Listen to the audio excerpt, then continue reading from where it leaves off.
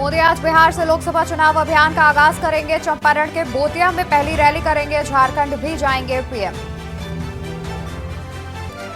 India के आज virtual बैठक, सीट शेयरिंग और गठबंधन का संयोजक बनाने पर चर्चा की उम्मीद। ममता शामिल नहीं होंगी। जम्मू कश्मीर के पुंछ में सेना की गाड़ी पर आतंकी हमला, जवानों ने जवाबी फायरिंग की। सर्च ऑपरेशन जारी। गोरखपुर के दौरे पर हैं सीएम योगी आदित्यनाथ। 1100 लाभार्थियों को सिलाई मशीन करेंगे वितरित। गोरखपुर महोत्सव के समापन समारोह में भी होंगे शामिल। आज बनेगा अयोध्या में दूसरा विश्व कीर्तिमान। आधा दर्जन से अधिक मंत्री बनेंगे साक्षी। सीएम योगी आ सकते हैं रामनगरी। उत्तर भारत में सर्दी और कोहरे का डबल अटैक। दिल्ली एनसीआर समेत पूरे उत्तर भारत में कड़ाके की ठंड। राजधानी में सर्दी का येलो अलर्ट जारी। आप देख रहे हैं के न्यूज, खबरों का सारथी। नमस्कार, मैं हूं आपके साथ अवंतिका अवस्थी। स्वागत है आपका देश की बात में। रुक करेंगे आज की कई बड़ी खबरों की ओर। खबर हम आपको बता देते हैं। आज की बड़ी खबरों की ओर रुक करेंगे। दिल्ली एनसीआर समेत पूरे उत्तर भारत में कड़ाके की ठंड। राजधानी में सर्दी का येलो अलर्ट जारी। सर्द हवाओं के चलते मैदानी इलाकों में बढ़ी ठंड। सर्दी और घने कोहरे के चलते यातायात हुआ प्रभावित। मौसम विभाग ने आज और कल सर्दी का येलो अलर्ट किया जारी।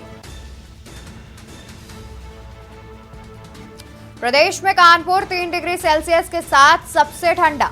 उत्तर प्रदेश, हरियाणा, पंजाब, हिमाचल और उत्तराखंड में सर्दी का अलर्ट मौसम विभाग ने जारी किया है। मौसम विभाग ने आज और कल सर्दी का येलो अलर्ट जारी किया है। आपको बता दें कि जिस तरीके से सर्दी का सितम बढ़ रहा है, कहीं ना कहीं कोहरा भी बढ़ता जा रहा है, जिस कारण विजिबिलिटी घट रही है, जिससे लोगों को खासा परेशानी का सामना करना पड़ रहा है।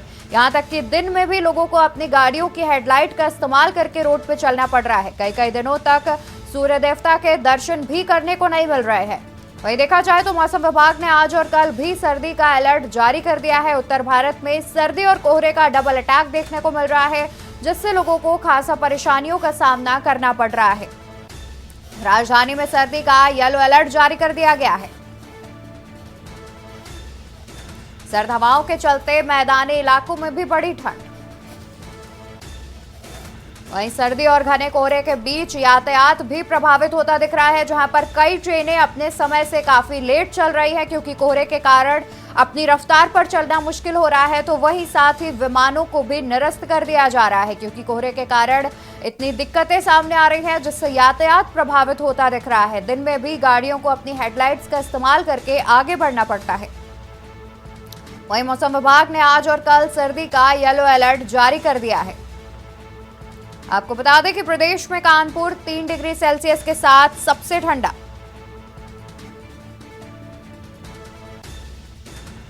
लगातार मौसम की मार झेलने को मिल रही है, जहां पर लोगों को खासा परेशानियों का सामना करना पड़ रहा है।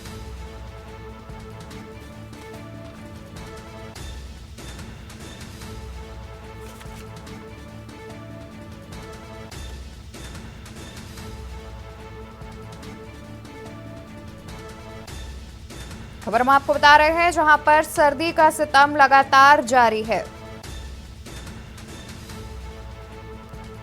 सर्द हवाओं के चलते मैदानी इलाकों में भी ठंड बढ़ती नजर आ रही है। वहीं सर्दी और घने कोहरे के चलते यातायात प्रभावित होता भी दिख रहा है, जिससे ट्रेनें कई कई घंटे देरी से आगे बढ़ रही है। तो वहीं साथ ही विमानों को भी निरस्त कर दिया जा रहा है। आपको बता दें कि प्रदेश में कानपुर 3 डिग्री सेल्सियस के साथ सबसे ठंडा।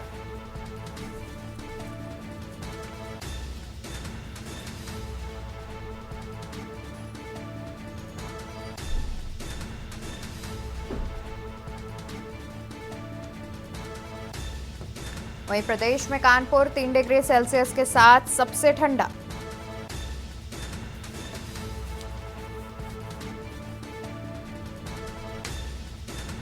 कानपुर की बात की जाए तो कानपुर का न्यूनतम तापमान 3 डिग्री सेल्सियस बताया जा रहा है, जो कि प्रदेश में सबसे ठंडा बताया जा रहा है। इसी खबर पर ग्राउंड जीरो से हमारे साथ संवाददाता जुड़े हुए हैं। जिसमें कानपुर से संवाददाता अभिनव शुक्ला, बुलंदशहर से संवाददाता अनिल मीणा, आगरा से संवाददाता अजेंद्र चौहान, राजधानी लखनऊ से संवाददाता पवन तिवारी, मेरठ से संवाददाता राजू शर्मा और अमेठी से संवाददाता रणविजय सिंह जुड़े हुए हैं। सबसे पहले रुक कर लेते हैं राजधानी से हमारे संवाददाता का पवन तिवारी का। पवन, आपसे जानना चाहेंगे, जिस तरीके से देखा जाए लगातार ठंड बढ़ रही है और कोहरे का सितम भी देखने को मिल रहा है, जिससे यातायात भी प्रभावित होता है। राजधानी लखनऊ की बात की जाए तो वहां का तापमान किस प्रकार से है और साथ ही कोहरे की वजह से क्या क्या परेशानियों का सामना करना पड़ रहा है? जी, आपको बता दें कि इस समय पूरा उत्तर प्रदेश भीषण ठंड की चपेट में है। बात की जाए कोहरे की तो कोहरा लगातार घना हो रहा है। बात की जाए राजधानी लखनऊ की तो आज जो है बीते दिनों जो शुक्रवार को जो न्यूनतम तापमान 6 डिग्री सेल्सियस और अधिकतम तापमान 17 डिग्री सेल्सियस रिकॉर्ड किया गया। सुबह व शाम के समय लगातार घना कोहरा राजधानी लखनऊ में जारी है। दिन के समय भी हल्की धूप निकल रही है, लेकिन पछुआ हवाओं के चलने से जो धूप का असर है बिल्कुल कम हो रहा है। तो बात की जाए राजधानी वासी इस समय भीषण ठंडक की चपेट में है। शाम होते ही होते जो सड़क है, जो मुख्य मार्ग है, उसमें सन्नाटा पसर जाता है। बात की जाए यातायात के साधनों की तो चाहे वह सड़क मार्ग हो या रेल मार्ग हो या वायु मार्ग हो, तीनों यातायात के साधनों पर बुरा असर पड़ा है। लखनऊ के जो राजधानी लखनऊ के चौधरी चरण सिंह अंतर्राष्ट्रीय एयरपोर्ट है, उस पर आज सुबह ही जब बात की गई तो पता चला कि आधा दर्जन से अधिक उड़ानें जो लखनऊ एयरपोर्ट पर आती हैं और यहाँ से जाती हैं, वो जो है काफी अपने तय समय से विलंबित है। इसके साथ ही साथ कई विमानों को खराब मौसम के चलते निरस्त भी कर दिया गया है, जिससे जो यात्री हैं उनको काफी ज्यादा दिक्कतों का सामना भी करना पड़ रहा है। मौसम विज्ञान विभाग की बात की जाए तो मौसम विज्ञान विभाग ने आज के लिए लगभग 60 जिलों में घने कोहरे का अलर्ट जारी किया, जिसमें लगभग 20 से 25 जिलों में ऑरेंज अलर्ट जारी किया गया है। इसके साथ ही साथ मौसम विज्ञान विभाग के अनुसार अब उत्तर प्रदेश में शीतलहर भी चलेगी। जिस तरह से अभी तक कोल्ड डे की वजह से जनता परेशान थी, अब शीतलहर भी शाम के समय चलेगी, जिससे जो प्रदेशवासी हैं उनको और अधिक बिल्कुल पवन, देखा जाए तो जिस तरीके से लगातार मौसम विभाग अलर्ट भी जारी कर रहा है तो जाहिर तौर पर लोगों को भी खासा परेशानियों का सामना करना पड़ रहा है, क्योंकि देखा जाए तो सर्दी बढ़ने के साथ साथ गलन भी बढ़ रही है, जिससे लोगों को खासा परेशानियों का सामना करना पड़ रहा है। आगरा से हमारे साथ संवाददाता अजेंद्र चौहान जुड़े हुए हैं। अजेंद्र, आपका रुख करना चाहेंगे, आपसे जानेंगे कि आगरा का फिलहाल किस प्रकार का तापमान बना हुआ है और लोगों को क्या क्या परेशानियों का सामना करना पड़ रहा है बढ़ती ठंड को देखते हुए। देखिए अमिता, अगर सर्दी की बात कर ली जाए तो सर्दी का सितम है और पूरे उत्तर भारत में काफी ठंड पड़ रही है। और अभी फिलहाल उत्तर प्रदेश में लगातार देखा जा रहा है कि ठंड जो है डेली ही बढ़ती जा रही है। और जो हवाएं हैं, सर्द जो हवाएं हैं, तेज हवाओं के साथ सर्दी का पड़ना एक आम जनता के लिए चिंता का विषय है। सबसे बड़ी जो समस्या आ रही है कोहरे की वजह से और ठंड की वजह से उन यात्रियों को आ रही है जो यात्री सफर कर रहे हैं, चाहे वो बस से हो या वो ट्रेन से हो। हमने तस्वीरें दिखाई है कि जो ट्रेन है, आगरा में जो स्टेशन है, रेलवे स्टेशन है, वहां पर कई ट्रेनें रद्द करती जा रही हैं और कई ट्रेनें घंटों देरी से, क्योंकि इंतजाम की बात करें तो इंतजाम अवंतिका इतने नहीं है कि जितने की यात्री यहाँ पर आ रहे हैं। हालांकि वादे जरूर किए जा रहे हैं। सर्दी में ठुठरने के लिए मजबूर हैं वो यात्री जिनके पास एसी का रिजर्वेशन नहीं है, क्योंकि एसी का रिजर्वेशन है उनके पास वेटिंग हॉल जरूर है, लेकिन जो आम यात्री हैं, जो जनरल बोगी में सफर करने वाले यात्री हैं, जो काम करने वाले लोग हैं, जो अपने गांव और अपने दूसरे शहरों से यहाँ काम करने आ रहे हैं, अपने घर जा रहे हैं, उनके लिए दिक्कत है। और यही आलम जो बस स्टैंड है वहां पर भी यह आलम है कि सर्दी की वजह से लोग वहां सड़कों पर दिखाई देते हैं, तमाम भीड़ देती है। और दूसरी ओर अगर बात करें तो ये जिलाधिकारी आगरा हैं, उन्होंने पहले 6 तारीख तक की गई थी, 6 जनवरी तक की, उसके बाद उसको बढ़ा दिया गया है, 13 दिसंबर तक की ये छुट्टी की गई है। लेकिन सर्दी को देखते हुए जो बच्चे हैं, जो 1 से लेकर 8 क्लास तक के जो स्कूल हैं, उनको बंद कर दिया गया है। और यहाँ पर लगातार सर्दी देखने के लिए मिल रही है। आम जनता को काफी परेशानी हो रही है, क्योंकि जो गरीब व्यक्ति जो सड़कों पर सोने को मजबूर है, उसके लिए एक परेशानी जरूर दिख रही है, क्योंकि सर्दी इस बार जो ज्यादा सर्दी देखने के लिए मिल रही है, आम आदमी को सड़कों पर सोना पड़ता है। और वो सड़क पर सोने वाला जो गरीब व्यक्ति है उसके लिए एक चिंता का विषय है, क्योंकि ना कोई रैन बसेरे की यहाँ व्यवस्था ऐसी देखी जा रही है। यही आलम जो डिस्ट्रिक्ट हॉस्पिटल है, सैकड़ों मरीज वहां पर भर्ती हैं, उनके तीमारदार हैं, वहां पर भी कोई ऐसे इंतजाम नहीं है। वहां भी वो लोग ठंड में बैठने को मजबूर हैं, क्योंकि इलाज कराना ही है। हालांकि प्रशासन और जो समाज सेवी हैं वो जरूर कहते हैं कि तमाम व्यवस्था की गई है, प्रशासन की ओर से अपने कागजों में व्यवस्थाओं को जरूर दिखाया जाता है, लेकिन जमीनी हकीकत में जो इंतजाम होने चाहिए थे वो इंतजाम यहाँ देखने के बिल्कुल लिए नहीं मिल अजेंद्र, रही। देखा जाए तो यानी कि कहीं ना कहीं प्रशासन अभी भी धरातल पर फेल होता नजर आ रहा है, क्योंकि इंतजामों की बात की जाए तो कागजी तौर पर देखा जाए तो इंतजाम काफी ज्यादा किए गए हैं, लेकिन अगर उसके बाद जमीनी हकीकत की बात की जाए तो कहीं ना कहीं लोग अभी भी अभाव में ही हैं। रुक कर लेते हैं, हमारे संवाददाता मेरठ से संवाददाता राजू शर्मा जुड़े हुए हैं। राजू, आपका देखा जाए तो मेरठ में किस प्रकार का मौसम देखने को मिल रहा है, क्योंकि कई ऐसे जिले हैं जहां पर कई कई दिनों से सूर्य देवता के दर्शन होने को नहीं मिल रहे हैं, तो मेरठ के भी क्या इसी तरीके के हाल बने हुए हैं? हाँ बिल्कुल, देखिए अवंतिका, दिल्ली एनसीआर के साथ साथ मेरठ में भी कड़ाके की जो ठंड है वो पड़ रही है, जिसकी वजह से आम जनता को खासी समस्या का सामना करना पड़ रहा है। और जो टेम्परेचर है वो लगातार गिरता जा रहा है, जो जी। कोहरा है वो लगातार अपना विकराल रूप धारण कर रहा है, जिससे वाहनों की जो रफ्तार है उसमें भी कमी देखने को मिली है। साथ ही जो ट्रेनें हैं वो उनके समय में भी परिवर्तन किया गया है, कई ट्रेनों को रद्द भी कर दिया गया है, क्योंकि जिस तरीके से कोहरा बढ़ रहा है और शीतलहर भी अब शुरू हो गई है, यानी कि आम जनता को सबसे बड़ी समस्या का सामना करना पड़ रहा है। जो रोजमर्रा का काम करने वाले लोग हैं, जो अपने घरों से सुबह के वक्त निकलते हैं, उन्हें भी कहीं ना कहीं बड़ी समस्या का सामना करना पड़ रहा है। और आम जनमानस जो है वो घरों में बंद होने को मजबूर है, क्योंकि कड़ाके की जो ठंड पड़ रही है उससे कहीं ना कहीं आम जनता को बड़ी समस्या हो रही है। इसको लेकर जो प्रशासन है वो भी अलर्ट नजर आ रहा है। मेरठ के डीएम दीपक मीणा की बात हो या नगर आयुक्त अमितपाल शर्मा की बात हो, वो लगातार अधिकारियों को दिशा निर्देश दे रहे हैं, अलाव की व्यवस्था करने के लिए कह रहे हैं, और इन बसेरों में जो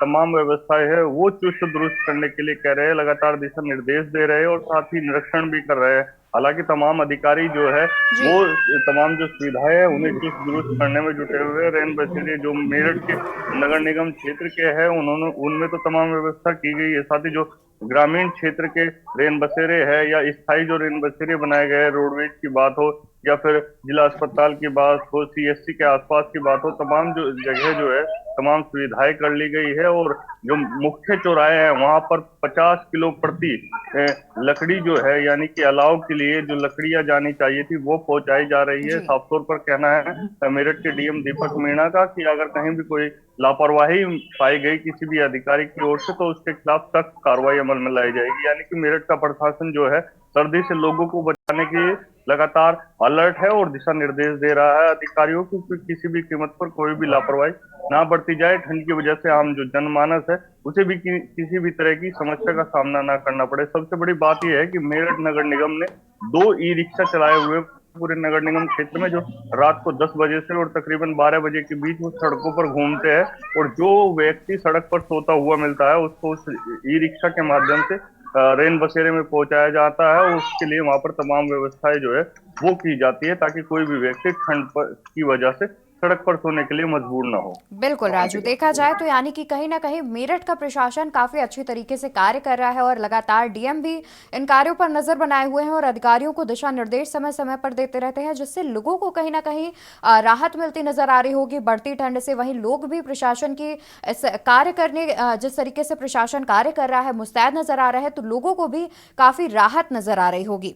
हमारे साथ कानपुर से लगातार संवाददाता अभिनव शुक्ला भी जुड़े हुए हैं। अभिनव, आपका रुख करना चाहेंगे। देखा जाए तो जिस तरीके से खबर सामने आ रही है कि प्रदेश में कानपुर इस वक्त सबसे ठंडा माना जा रहा है, 3 डिग्री सेल्सियस कानपुर का बताया जा रहा है। इस पर आप कुछ जानकारी देना चाहेंगे, किस तरीके से लोगों को परेशानी हो रही है और साथ ही प्रशासन ने क्या कुछ इंतजाम किए हैं? बिल्कुल, जिस तरीके से कानपुर प्रदेश में सबसे ज्यादा ठंडा 3 डिग्री सेल्सियस मापा गया है, तो लगातार कोहरा भी घना हो रहा है शहर में। कल जिस तरीके से दोपहर में तो सूर्य देवता ने दर्शन दिए, लेकिन शाम होते होते गलन और तेज हवाएं, इतनी तेज सर्द हवाएं इतनी तेज बढ़ गई कि लोग ठिठुरने लगे। यहाँ पे अगर प्रशासनिक अधिकारियों की बात करें तो प्रशासन ने अभी तक, नगर निगम ने किसी तरह के इंतजाम नहीं किए हैं। डीएम की बात कर ले तो डीएम तो सड़कों पे निकले थे, उन्होंने मीटिंगें भी करी अधिकारियों के साथ, लेकिन उसके बावजूद कानपुर नगर निगम के कानों में जू नहीं रहेगी। उन्होंने कुछ जगहों पे, कुछ चौराहे ऐसे हैं जहां पर लकड़ियों की व्यवस्था तो कराई, लेकिन कई ऐसी प्रमुख जगह है जहां पर जो गरीब तबके का व्यक्ति है, जो सड़क के किनारे लोग रहते हैं, रिक्शे वाले रहते हैं, रिक्शा चलाने वाले लोग होते हैं, उन जहाँ पे वो लोग रहते हैं उस जगह पे अभी तक लकड़ियों की व्यवस्था नहीं कराई गई है। अगर रैन बसेरों की बात कर ले तो रैन बसेरों में भी अभी तक पूरी तरह से व्यवस्थाएं चौक चौबंद नहीं की गई हैं। जबकि मेयर भी निकली थी, उन्होंने भी निर्देश दिए थे, उन्होंने भी औचक निरीक्षण किए थे, लेकिन उसके बावजूद कानपुर नगर निगम ने अभी तक व्यवस्थाएं नहीं करी है। अब देखना ये भी कानपुर नगर निगम, जब प्रदेश में सबसे ज्यादा ठंडा शहर कानपुर देखा जा रहा है, उसके बावजूद कानपुर नगर निगम नहीं चेत रहा है।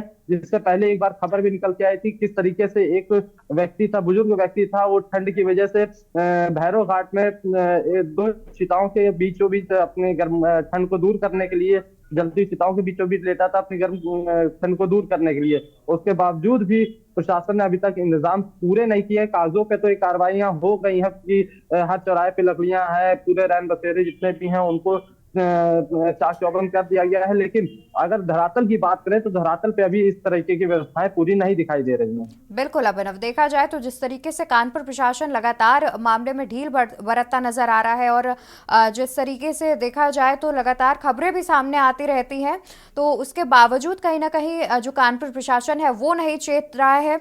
और साथ ही लगातार देखा जाए तो जिस तरीके से कानपुर से खबर भी सामने आती रहती है और आज की बात की जाए तो आज प्रदेश में सबसे ठंडा शहर भी बताया जा रहा है, उसके बावजूद कहीं ना कहीं कानपुर प्रशासन अपनी तैयारियां करने में फेल होता नजर आ रहा है। अमेठी से लगातार संवाददाता रणविजय सिंह भी जुड़े हुए हैं। रणविजय, आपका रुख करना चाहेंगे। अगर बात की जाए अमेठी की, तो अमेठी में फिलहाल प्रशासन ने क्या कुछ इंतजाम किए हैं बढ़ती ठंड को देखते हुए?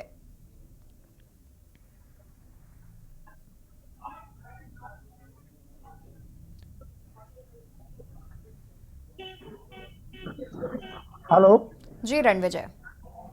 जी, मैं बिल्कुल बताना चाहूंगा जिस प्रकार से अमेठी में पूरे उत्तर प्रदेश में ठंडी का प्रकोप देखने को मिल रहा है, वहीं पे लगातार 3-4 दिनों से अनम्यूट कर लीजिए रणविजय।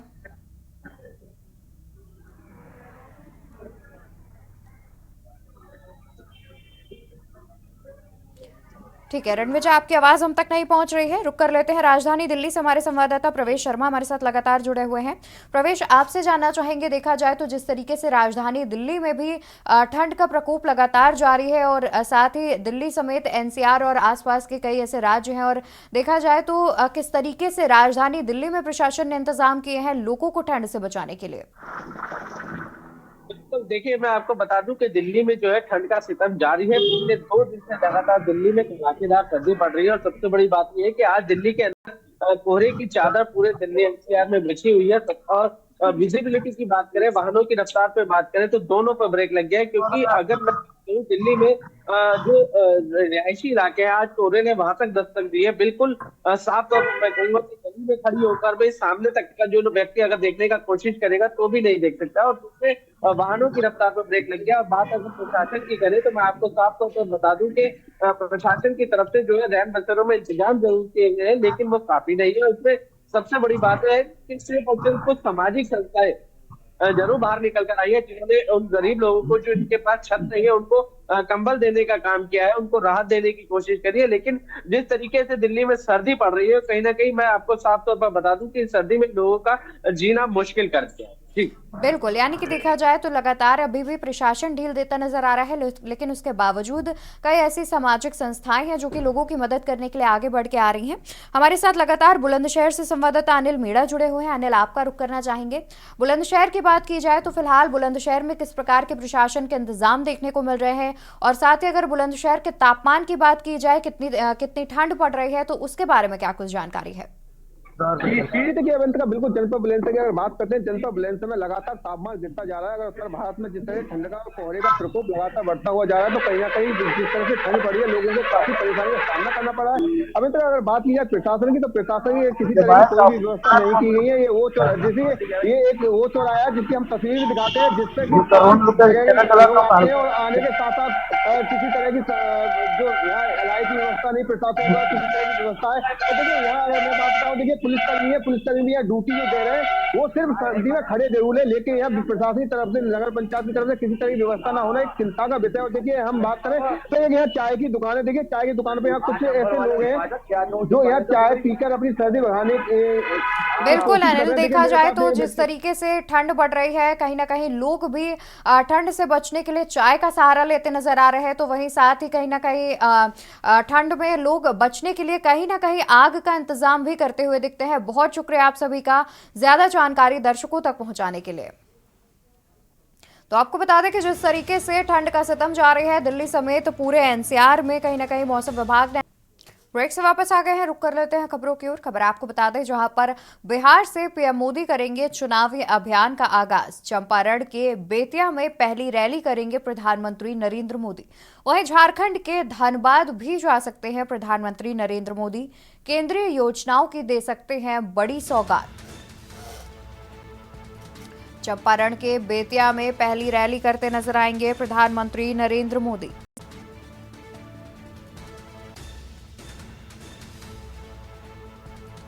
केंद्रीय योजनाओं की बड़ी सौगात भी दे सकते हैं प्रधानमंत्री।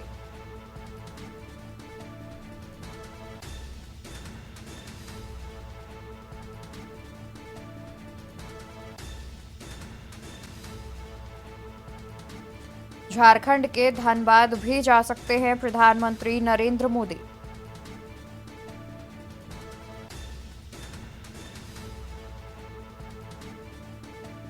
बिहार से प्रधानमंत्री नरेंद्र मोदी चुनावी अभियान का आगाज करेंगे।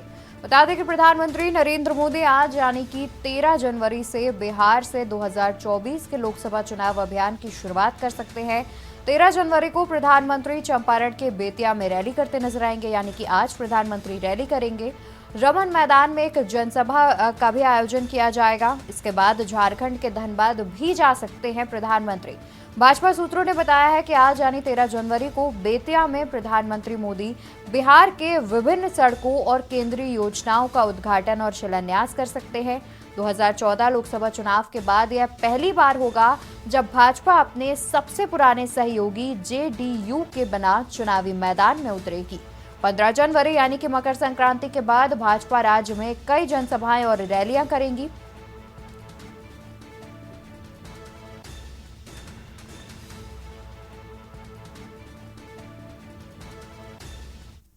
और यहाँ रुक से वापस आ गए हैं। रुक कर लेते हैं खबरों की ओर। खबर आपको राजधानी दिल्ली से बता दें जहां पर इंडिया गठबंधन के बड़े नेताओं की वर्चुअल बैठक आज। इंडिया गठबंधन के बड़े नेताओं की वर्चुअल बैठक आज सुबह 11:30 बजे इंडिया गठबंधन की वर्चुअल बैठक का आयोजन किया जाएगा। सभी इंडिया गठबंधन के नेता वर्चुअल बैठक में जुड़ेंगे। गठबंधन के बड़े नेताओं की वर्चुअल बैठक होगी आज।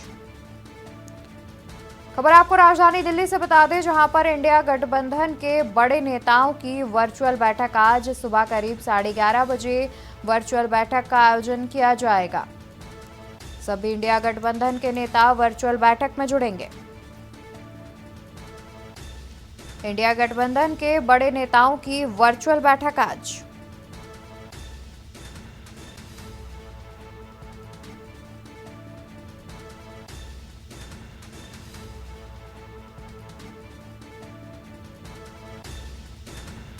तो ये बड़ी खबर हम आपको बता दें जहां पर सभी इंडिया गठबंधन के नेता वर्चुअल बैठक में जुड़ेंगे। इंडिया गठबंधन के बड़े नेताओं की वर्चुअल बैठक का आज आयोजन किया जाएगा। सुबह करीब 11:30 बजे इस बैठक का आयोजन किया जाएगा जिसमें सभी बड़े नेता वर्चुअल बैठक में जुड़ेंगे। इंडिया गठबंधन की बड़ी वर्चुअल बैठक का आयोजन होगा आज जिसमें सुबह 11:30 बजे सभी बड़े नेता वर्चुअल बैठक में जुड़ेंगे। सभी इंडिया गठबंधन के नेता वर्चुअल बैठक में जुड़ेंगे। इंडिया गठबंधन के बड़े नेताओं की वर्चुअल बैठक आज। खबर आपको राजधानी दिल्ली से बता दें जहां पर इंडिया गठबंधन के बड़े नेताओं की बैठक आज। इसी खबर पर ज्यादा जानकारी के लिए हमारे साथ दिल्ली से संवाददाता प्रवेश शर्मा जुड़े हुए हैं। प्रवेश, आज जिस तरीके से इंडिया गठबंधन की एक बड़ी वर्चुअल बैठक का आयोजन किया जाना है जिसमें कई बड़े नेता जुड़ते नजर आएंगे, वहीं दूसरी ओर खबर ये भी सामने आ रही है कि इस बैठक में ममता बनर्जी शामिल नहीं होंगी। बिल्कुल, देखिए मैं आपको बता दूं, कांग्रेस के जो मीडिया के प्रभारी है जयराम रमेश ने कल एक मैसेज करके सोशल मीडिया पर साफ तौर पर ये जानकारी दे दी थी कि आज 11:30 बजे इंडिया गठबंधन के 14 दलों की बैठक है, जिसमें 14 दल के जो बड़े दिग्गज नेता है वो इस बैठक में शामिल होंगे। और सबसे बड़ी बात यह कि ये जो बैठक होगी इसकी अध्यक्षता कांग्रेस के अध्यक्ष मल्लिकार्जुन खड़गे करेंगे। और उसमें सबसे बड़ी अहम बात निकलकर जो सामने आ रही है वो ये आ रही है कि कल से जो है भारत जोड़ो यात्रा के अभियान की शुरुआत करने जा रही है कांग्रेस। उससे पहले आज एक सीटों के मंथन पर या बात करें सीटों के बंटवारे पर जो है चर्चा कर उसकी सुलह करना चाहती है। 14 दल के जो बड़े नेता मौजूद होंगे उनमें सबसे पहली जो चर्चा है वो यही है कि हर दल अपने राज्य में अलग अलग हिसाब से सीटों की संख्या ज्यादा मांग रहा है। यही वजह है कि लगातार इंडिया गठबंधन में कहीं ना कहीं आपसी मतभेद की खबरें लगातार जो है चर्चा का विषय बनी हुई है। और आज उस चर्चा के विषय को विराम देने के लिए इस मीटिंग का या बात करें बैठक का आयोजन किया जा रहा है। और इसके साफ तौर पर मैं बता दूं कि डिसीजन ये निकालने की तैयारी है कि आज के बाद कोई भी दल विशेष रूप से अपनी सीटों के बंटवारों को लेकर कोई भी मतभेद करता हुआ दिखाई ना दे। जी बिल्कुल प्रवेश, और देखा जाए तो जिस तरीके से आज वर्चुअल बैठक का आयोजन किया जाना है, कहीं ना कहीं इस बैठक में भी सीट शेयरिंग का मुद्दा एक अहम माना जा रहा है। वहीं देखा जाए तो लगातार इंडिया गठबंधन की बैठकें होती हैं और वहां पर एक अहम मुद्दा सीट शेयरिंग का होता है, जिसको लेकर बोला जाता है कि चर्चा की जाएगी। लेकिन उसके बावजूद आगे की कई बैठकें होती हैं जिसमें ये जो सीट शेयरिंग का मुद्दा है ये एक कॉमन मुद्दा रहता है। आखिर लोकसभा चुनाव भी नजदीक आ रहे हैं, देखा जाए तो अभी तारीखों का ऐलान नहीं किया गया है लेकिन नजदीक माने जा रहे हैं। कुछ ही समय में लोकसभा चुनाव भी होने हैं, तो क्या उससे पहले सीट शेयरिंग का जो मुद्दा है वो कहीं ना कहीं इंडिया गठबंधन में सॉल्व होता नजर नहीं आ रहा है?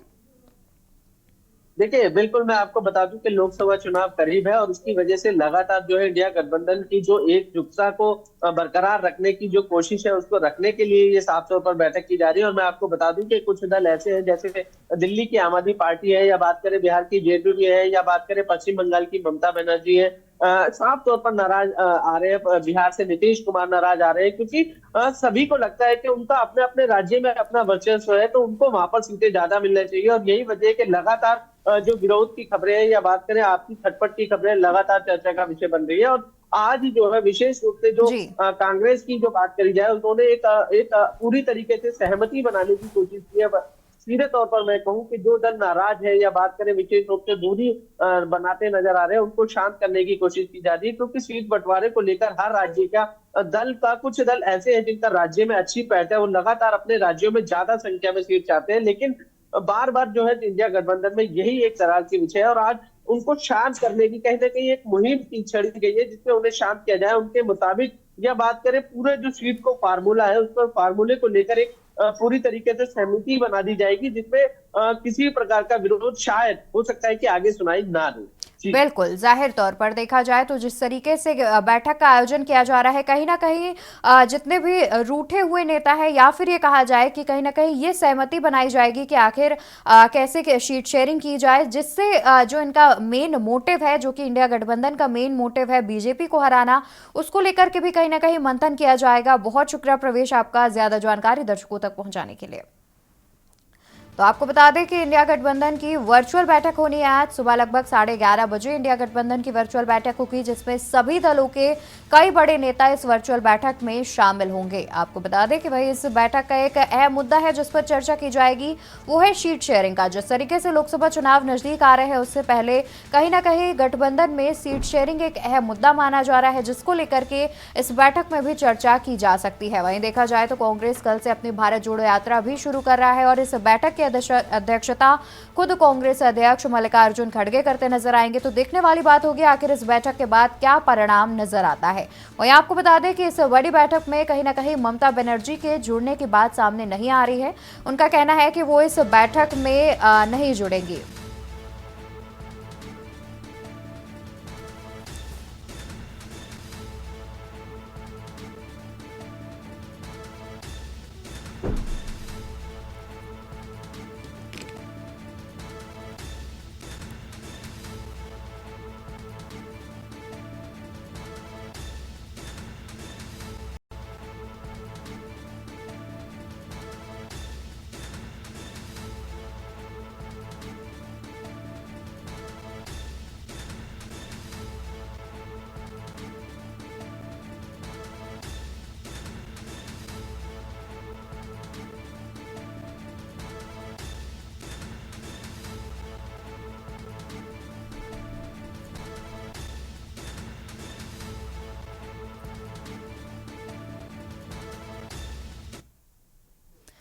से वापस आ गए हैं, रुक कर लेते हैं खबरों की ओर। खबर आपको गोरखपुर से बता दें, उससे पहले राजधानी लखनऊ से खबर सामने आ रही है। राजधानी लखनऊ से खबर आपको बता दें, जहां पर 69,000 शिक्षक भर्ती मामला, सीएम आवास के बाहर शिक्षक अभ्यर्थियों का प्रदर्शन। पिछड़े दलितों के आरक्षण में हुए घोटाले का मामला, 6,800 शिक्षकों की नियुक्ति की कर रहे मांग। पूरे प्रदेश से इकट्ठा हुए अभ्यर्थी बच्चों को लेकर पहुंची महिलाएं। गोल्फ चौराहे के कालिदास मार्ग के सामने बैठे शिक्षक अभ्यर्थी। पुरुष व महिला अभ्यर्थी सड़क पर धरने पर बैठे। 6,800 चयनित अभ्यर्थी नियुक्ति की मांग को लेकर किया जा रहा प्रदर्शन। 6,800 चयनित अभ्यर्थी नियुक्ति की मांग को लेकर प्रदर्शन। आपको बता दें कि मुख्यमंत्री आवास के सामने प्रदर्शन लगातार किया जा रहा है, जहां पर शिक्षक अभ्यर्थी लगातार प्रदर्शन कर रहे हैं। 6,800 शिक्षकों की नियुक्ति की कर रहे हैं मांग। पुलिस ने अभ्यर्थियों को बस में भरा। बता दें कि करीब 69,000 सहायक शिक्षक भर्ती का मामला है। खबर राजधानी लखनऊ से सामने आ रही है, जहां पर सीएम आवास के बाहर शिक्षक अभ्यर्थियों का प्रदर्शन लगातार जारी है। सीएम आवास के बाहर लगातार प्रदर्शन किया जा रहा है। पिछड़े दलितों के आरक्षण में हुए घोटालों का आरोप लगाया जा रहा है। करीब 6,800 शिक्षकों की नियुक्ति की मांग की जा रही है। पूरे प्रदेश से इकट्ठा हुए हैं अभ्यर्थी, वहीं बच्चों को लेकर पहुंची हैं महिलाएं। गोल्फ चौराहे के सामने कालिदास मार्ग के सामने बैठे अभ्यर्थी लगातार प्रदर्शन कर रहे हैं। पुरुष व महिला अभ्यर्थी सड़क पर धरने पर बैठे। सीएम आवास के सामने लगातार प्रदर्शन किया जा रहा है। वहीं करीब 6,800 चयनित अभ्यर्थी कर रहे हैं नियुक्ति की मांग को लेकर प्रदर्शन कर रहे हैं। 5 जनवरी को 6,800 अभ्यर्थियों की चयन सूची की गई थी जारी। नियुक्ति की मांग को लेकर अभ्यर्थियों का प्रदर्शन जारी। पुलिस ने अभ्यर्थियों को बस में भरा।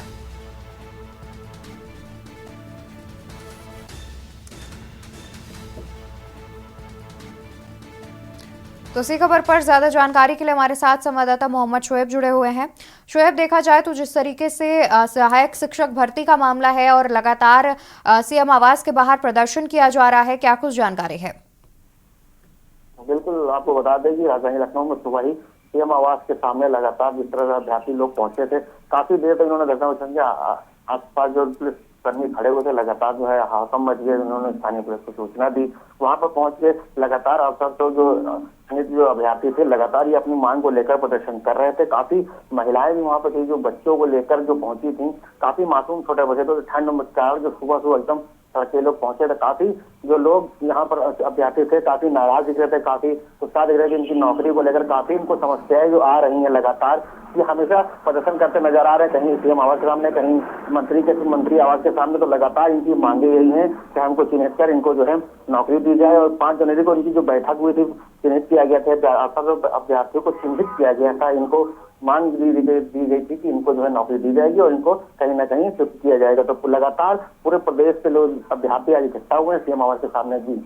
जी, यानी कि देखा जाए तो लगातार जिस तरीके से प्रदर्शन किया जा रहा है और पुरुष और महिला अभ्यर्थी लगातार जुटते हुए नजर आ रहे हैं, क्या अभी तक इस मामले का संज्ञान किसी अधिकारी के द्वारा लिया गया है? बिल्कुल, आपको बता दें जो स्थानीय पुलिस थी वो मौके पर भारी पुलिस फोर्स के साथ पहुंची थी। पीएससी बल भी पहुंची थी। वहां पर बसों का इंतजाम किया गया था। जिस तरह से शिक्षक जो भी वहां मौजूद थे, अवसर तो शिक्षक जो आसपास पहुंचे थे, महिलाएं भी थी, बच्चे थे वहां पर, जो मासूम बच्चे थे उनको बसों में भरा जा रहा था। लगातार उनको भरकर वहां से हटाने की पूरी तरीके से कोशिश कर रहे। अभी भी कुछ बच्चे और महिलाएं वहां पर मौजूद दिख रही है, क्योंकि जो है लगातार जो महिलाएं हैं वो महिला पुलिस अभी तक वहां पर नहीं पहुंच पाई थी। जो अभी तक जो पुलिसकर्मी जो थे, जिनको जो युवा लड़के थे, उनको बस में भरा जा रहा। लगातार उनकी मांगे हुई थी, जबरदस्त नारेबाजी लगाई गई और लगातार नारेबाजी लगाते हुए वहां से कुछ लोगों को वहां से हटाया जा रहा है, शिफ्ट किया जा रहा है और धरना प्रदर्शन को समाप्त करने की पूरी तरह प्रयास कर रही है पुलिस। जी बिल्कुल, यानी कि देखा जाए तो कहीं ना कहीं पुलिस भी अपना कार्य करती नजर आ रही है। बहुत शुक्रिया शोएब आपका ज्यादा जानकारी दर्शकों तक पहुंचाने के लिए। खबर में आपको बता दें, जहां पर सहायक शिक्षक भर्ती का मामला है, जिसको देखते हुए प्रदेश से कई अभ्यर्थी जुटे हैं, जिसमें पुरुष और महिलाएं शामिल हैं, जो कि सीएम आवास के सामने लगातार धरना प्रदर्शन करते नजर आ रहे हैं। वहीं पुलिस भी उन्हें अपनी गाड़ी में बिठाती नजर आ रही है, वो उन्हें पकड़ के अपनी गाड़ी में बिठा रही है, जिससे प्रदर्शन को जल्दी से जल्दी खत्म किया जा सके। आपको गोरखपुर से बता दें, जहां पर मुख्यमंत्री योगी आदित्यनाथ के गोरखपुर दौरे का दूसरा दिन है आज। मुख्यमंत्री योगी आदित्यनाथ जनता दरबार भी लगाएंगे। 11 बजे महाराणा प्रताप इंटर कॉलेज जाएंगे मुख्यमंत्री योगी आदित्यनाथ। 1100 लाभार्थियों को सिलाई मशीन करेंगे वितरित। मुख्यमंत्री योगी आदित्यनाथ चंपा देवी पार्क भी जाएंगे।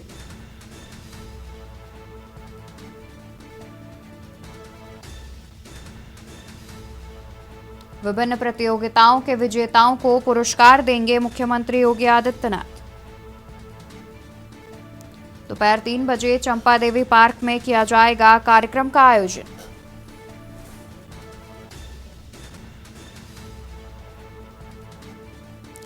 बता दें कि आज मुख्यमंत्री योगी आदित्यनाथ के गोरखपुर दौरे का दूसरा दिन है, जहां पर आज मुख्यमंत्री जनता दरबार भी लगाएंगे। वहीं सुबह 11 बजे महाराणा प्रताप इंटर कॉलेज भी जाएंगे मुख्यमंत्री योगी आदित्यनाथ। 1100 लाभार्थियों को सिलाई मशीन वितरित करेंगे।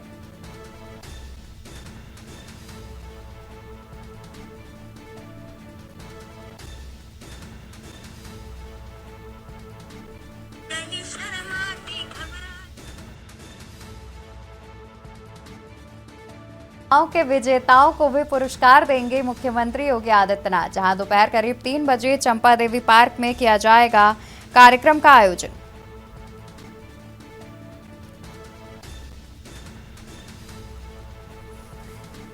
आज मुख्यमंत्री योगी आदित्यनाथ जनता दरबार भी लगाएंगे। बता दें कि गोरखपुर दौरे का दूसरा दिन है, जिसमें आज जनता दरबार भी लगाएंगे मुख्यमंत्री। वहीं सुबह 11 बजे महाराणा प्रताप इंटर कॉलेज जाएंगे, जहां पर करीब 1100 लाभार्थियों को सिलाई मशीन वितरित करेंगे मुख्यमंत्री। सीएम योगी आदित्यनाथ चंपा देवी पार्क भी जाएंगे।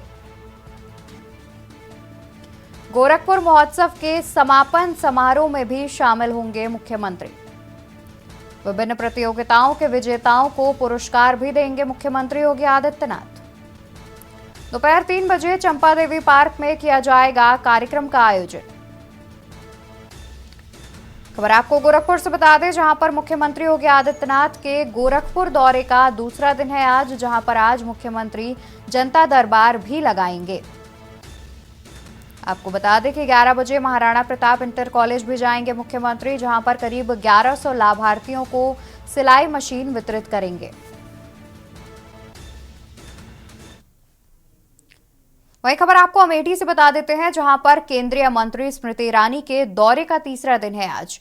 HAL गेस्ट हाउस से निकलकर शारदन गांव पहुंचेंगी केंद्रीय मंत्री। जनसंवाद के माध्यम से लोगों की समस्याओं को सुनेंगी।